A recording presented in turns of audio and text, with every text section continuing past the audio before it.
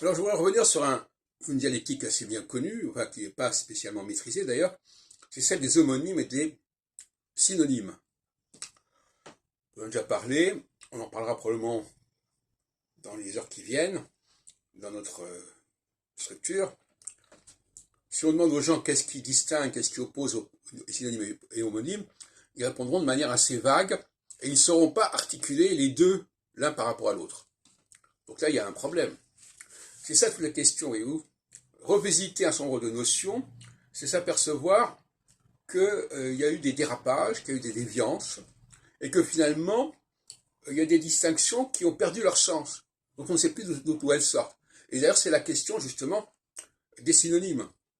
Les synonymes mettent en rapport des mots qui ne se ressemblent pas, mais qui sont censés avoir le même sens. Ce qui est absurde.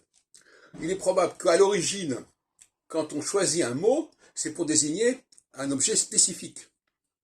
Qu'ensuite on ait perdu, oublié la raison d'être de cette démarche, de cette acception, ça c'est tout à fait possible. Mais au départ, la synonymie, c'est de rapprocher, justement c'est ça qui est très bizarre, on peut même aller très loin dans cette réflexion. La synonymie consiste à rapprocher ce qui ne devrait pas être rapproché. En tout cas, rapprocher ce dont on ne sait plus pourquoi c'était différent. Donc, on ne sait plus pourquoi c'est différent, donc on rapproche. De la même façon, par exemple, pour sauter sur un autre sujet, dans d'autres domaines, mais c'est sur la même structure, par exemple, notre ami René Louis, dans une vidéo qu'on a faite hier, il dit juif et israélite, c'est synonyme. Effectivement, c'est synonyme, sauf que au départ, ça désignait deux populations complètement différentes, deux royaumes complètement différents. Et à un moment donné, on n'a plus compris l'origine de cette double terminologie, et on a fini par dire que c'était synonyme, ce qui est aberrant.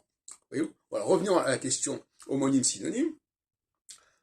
Je poserai la question, parce que moi j'aime bien me poser des questions, je ne suis pas là simplement pour faire des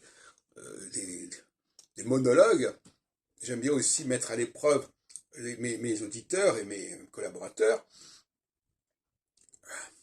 Si je poserai la question, je laisserai le groupe réfléchir, qu'est-ce qui distingue l'homonyme du synonyme? En quoi l'homonyme est l'inverse du synonyme?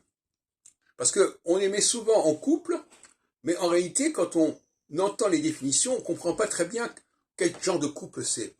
Là encore, ce sont des problématiques dont on a perdu le sens, dont on a perdu la portée.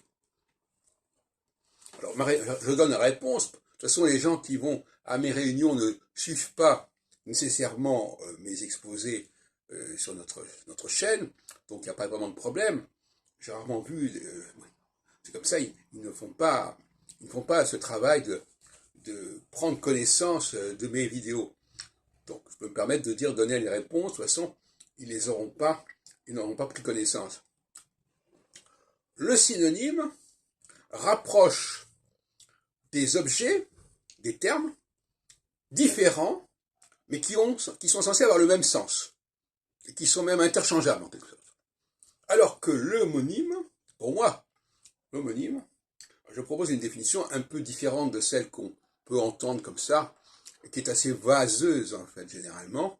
L'homonyme, la véritable signification, la véritable fonction de l'homonyme, c'est de distinguer ce qui se ressemble. Donc c'est l'inverse. C'est-à-dire de prendre des objets du langage, notamment, mais pas seulement, on pourrait très bien transposer sur d'autres plans, et de montrer que malgré les similitudes formelles de ces objets, ils ont un champ sémantique différent. Ou si on préfère, ils appartiennent au même champ sémantique, mais avec des nuances marquantes. Pour moi, un homonyme, par exemple, vital, c'est l'homonyme de vie. Finir, c'est un homonyme de la fin, F-I-N. C'est pour ça que je pense que c'est comme ça qu'il faudrait prendre les choses. C'est-à-dire des choses qui se ressemblent, homo, quelque chose qui est identique, par opposition à hétéro, mais qui n'est pas complètement identique parce qu'il y a un suffixe parce qu'il y a un préfixe qui fait que, malgré tout, on les distingue. Mais ça n'a rien à voir avec la synonymie, avec deux objets qui sont complètement différents, qui n'ont pas du tout la même racine, pas du tout le même radical, et dont on nous dit qu'ils veulent dire la même chose.